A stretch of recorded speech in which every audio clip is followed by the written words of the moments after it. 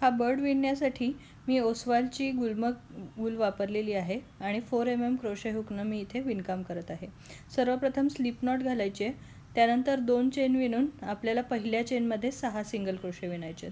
इथे slip stitch घालून आपण पहिला राऊंड कंप्लीट करायचा आहे। दुसऱ्या राऊंडसाठी सुरुवातीला 1 चेन आणि प्रत्येक स्टिचमध्ये 2 सिंगल क्रोशे, पुन्हा स्लिप स्टिच घालायचं आहे। यानंतर तिसऱ्या राऊंडसाठी आपण सुरुवातीला 1 चेन विणतोय आणि प्रत्येक स्टिचमध्ये 1 सिंगल क्रोशे विणून घेतोय। आता तिसऱ्या राऊंडच्या एंडला मी इथे व्हाईट कलरची वूल जोडून घेतली आहे। आता पुन्हा आपल्याला फक्त 1 सिंगल क्रोशेचं विणकाम करायचं आहे। चौथी लाईनसुद्धा आपण 1 सिंगल क्रोशेची विणली आहे। यानंतर येलो कलरची वूल जोडून मी पुन्हा 1 चेन विणणार आहे आणि त्यानंतर एका स्टिचमध्ये 1 सिंगल क्रोशे आणि नेक्स्ट स्टिचमध्ये 2 सिंगल क्रोशे, असा पॅटर्न मी 6 वेळा रिपीट केला आहे। 7व्या राऊंडसाठी 1 चेन आणि त्यानंतर 18 स्टिचेसमध्ये 1 सिंगल क्रोशे मी विणलेले आहेत।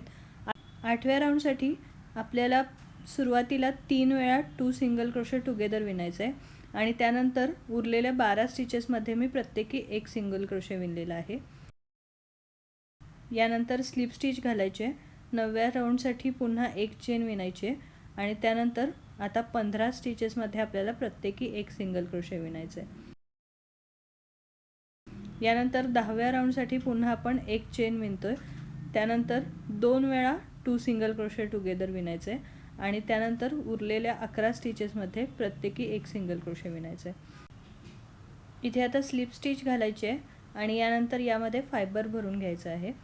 आता पुढे 11व्या राऊंडसाठी पुन्हा आपण 1 चेन विणायची आणि एकच वेळा 2 सिंगल क्रोशे टुगेदर विणायचे, त्यानंतर 11 स्टिचेसमध्ये पुन्हा 1 सिंगल क्रोशे।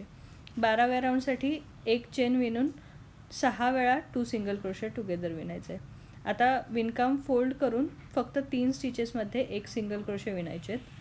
पुढच्या राऊंडसाठी आपल्याला ते डबल करायचे, प्रत्येक स्टिचमध्ये 2 सिंगल क्रोशे। तर त्यानंतर 15वी आणि 16वी लाईन आहे, त्यासाठी आपण प्रत्येक स्टिचमध्ये 1 सिंगल क्रोशे असं विणकाम करणार आहे।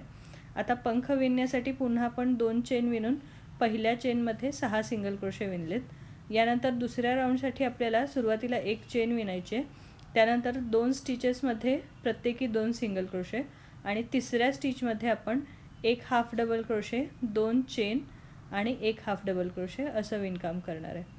त्यानंतर पुन्हा 2 चेन विणायचे आणि पुढच्या स्टिचमध्ये स्लिप स्टिच घालायचे। तर अशा पद्धतीने आपण हे पंख तयार केलेलं आहे। याच पद्धतीने आपण दुसरंसुद्धा पंख इथे तयार करून घ्यायचं आहे आणि हे सर्व डिटेल्स आता आपण पक्षाला अटॅच करणार आहे। तर अशा प्रकारे एकदम छान असं क्रोशाचं बर्ड इथे तयार झालेलं आहे।